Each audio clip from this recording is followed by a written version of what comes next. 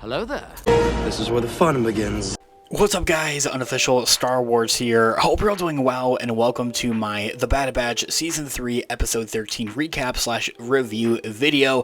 This has to be named one of the most stressful episodes of all of the entirety of this show. Of course, we're going to go ahead and hop right on into it. Before we do though, however, grab that subscribe button if you haven't already, as we're discussing and covering all types of Star Wars related news, leaks, rumors, theories, and breakdowns here on the channel. So if you guys are into any of that, go ahead and grab that subscribe button today. Okay, so, well, yes, better late than never. I am a couple of episodes behind on the Bad Batches Season 3.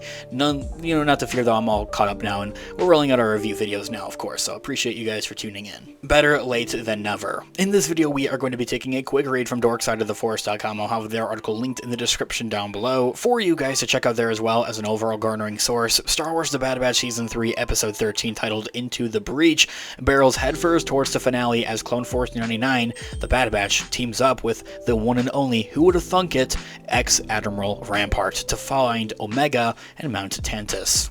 For the second week in a row, we open with some pretty ominous music at Mount Tantus. The stakes are high. Omega wakes up in her cell, and it's time to make some friends. She heads over to the girl named Eva, the girl who tried to befriend Emery Carr back in Episode 10, Identity Crisis, where Emery Carr first shifts over to now working in the vault and a part of this whole project. Eve is also holding on to the Lulu toy Emery Carr had gave her in that same episode. That's the same Lulu toy that Omega had left behind at the beginning of the season. The other kids, Jax and a couple of the other kids, also come to join them. Sammy is the Pancheron, and Byron is the baby Cad Bane had took from his mom back in Episode 10, Identity Crisis, as well. Omega is trying to get some information from them, and about how much the guards, the droids, and scientists watched them, and all of that good stuff. It's not a good answer, though. The kids are always being watched, making it hard for them to plan any type of an escape. We hop on over to the abandoned Kaminon testing facilities from Season 1 though. Rampart is pitching a fit because he's all proper and doesn't like being kept hostage, and is of course just whining all the way through. But nonetheless, he's back, and it seems that he's maybe even here to do some good with the rest of the Bad Batch. He's given them all of the info that he knows about Tantus and's kind of suckered into going with them and really helping them through on this one. However, the Batch holds on to him until they're able to get those exact coordinates, if not even arrive onto Tantus, as we see by the conclusion of this episode. Echo also arrives in a stolen Imperial shuttle, full of supplies that they'll need for this mission, and it's always good to see a good cameo from Echo. The group again questions Rampart, now that Echo is there, and they have to dock with a specific station over Coruscant. The directions will go straight into their nav computer to get to Tantus. It's the plan. Echo confirms half of Rampart's story, but they don't know if the rest of that is really true. It's kind of a trust on trust type of process. Rampart's gonna have to trust them, and they'll have to trust him. Regardless, they form a plan to get in, and the biggest key part is Rampart. He can walk right into the station with the Batch as his security detail, as they plan. Rampart is miffed because they give him a captain's uniform as a disguise, and he exclaims that he was a vice admiral. Nonetheless, he replies quite snootily. None of the Batch cares though about his annoyance, and they head out for their mission. I really like that kind of relationship building that they go on between Rampart and the rest of the Batch. As I had mentioned in our previous review / recap video here on the channel for the previous episode, having Rampart being brought back, reintroduced, and maybe even, as it seems, kind of having him redeemed here is honestly very exciting. I wouldn't have thought of any character to come back, it would be Rampart, especially for this kind of case here. So it's very exciting to see this, and it really has me at the edge of my seat. Back on Tantus, Emery is taking Omega's blood sample. While Emery is distracted, Omega swipes a tool from Emery's tray and hides it in her sleeve. The music swells with more of an inspirational tone, and it's clear that Omega is starting to form more and more of a plan of escaping. It's kind of a, who's going to do it first? Is Omega going to be able to actually escape, or at least get to her attempting of escape, or will the Batch get to Mount Tantus to break her out?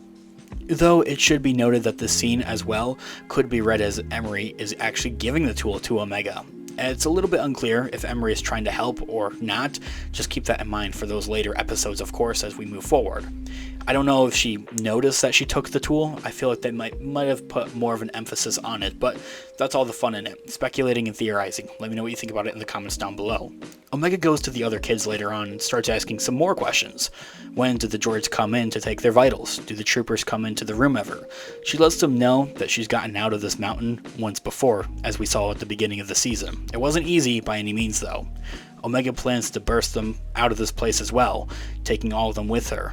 There are panels in the walls of the kids' rooms, with tubes inside of them. She wants to access those tubes to see where they go.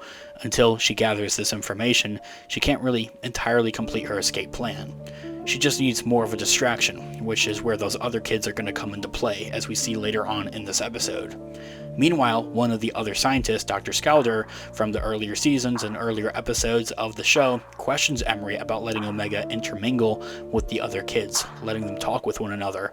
That's how strict that the Empire are on their subjects. Emery quickly shuts her down though, pulling rank on her. It's kind of my operation and I'll run it, see how I see fit, kind of reply pretty much.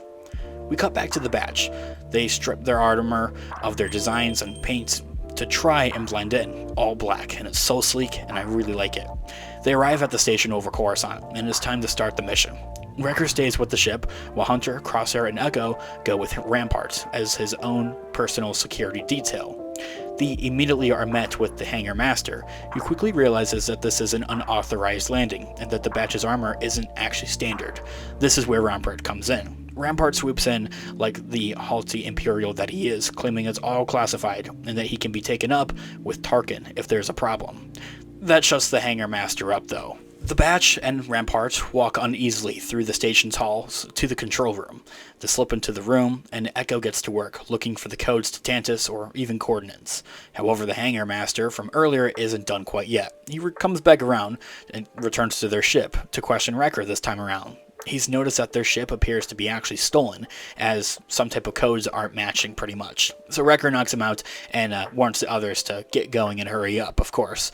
Good old-fashioned way of Wrecker handling things. Echo gets into the system, and he finds a scientist vessel that is going to Tantus. However, there's a bit of a problem. The ship will only get the coordinates after it launches. That's how uptight, I guess, the Empire really is about any coordinates and any information about Tantus even getting out. You really have to be looking for it. It's going to be extremely risky and extremely difficult, especially given that this ship has extra security. Echo realizes that he is going to be the one to sneak onto the ship, that he can do it. He'll get onto the scientist ship and disable the proximity alarm so Hunter's shuttle will attach to it to hitch a ride to Tantus. Everyone heads out for the most dangerous part of the plan so far as the team splits up. As I had mentioned at the beginning of this video from the get-go, this has to be one of the most tense and stressful episodes of the entire series. Had me on the edge of my seat the entire time. Hopping back to the kids on Tantus, Omega is ready to enact her plan. However, Scalder, who's questioned Emery before, notices that the kids are looking suspiciously at each other. She heads down to the vaults, kind of unannounced. Omega is able to take one of the panels off to look up the tube shaft and slips it back on before the scientist arrives, Scalder. Scalder leaves and Omega rejoins the other kids. She's found a way out, seems. Back with the rest of the batch, as I had mentioned, this got to be one of the most tense parts of the entire show and of this episode. Echo slips into the scientist vessel, goes up to the droid loading hatch, and avoids detection from a clone commando. Hunter launches their shuttle, zooming for the scientist vessel of where it's orbiting. Echo starts to deactivate the scientist's ship's sensors, but the Imperials have picked up his activity on the bridge, so they head down to check it out.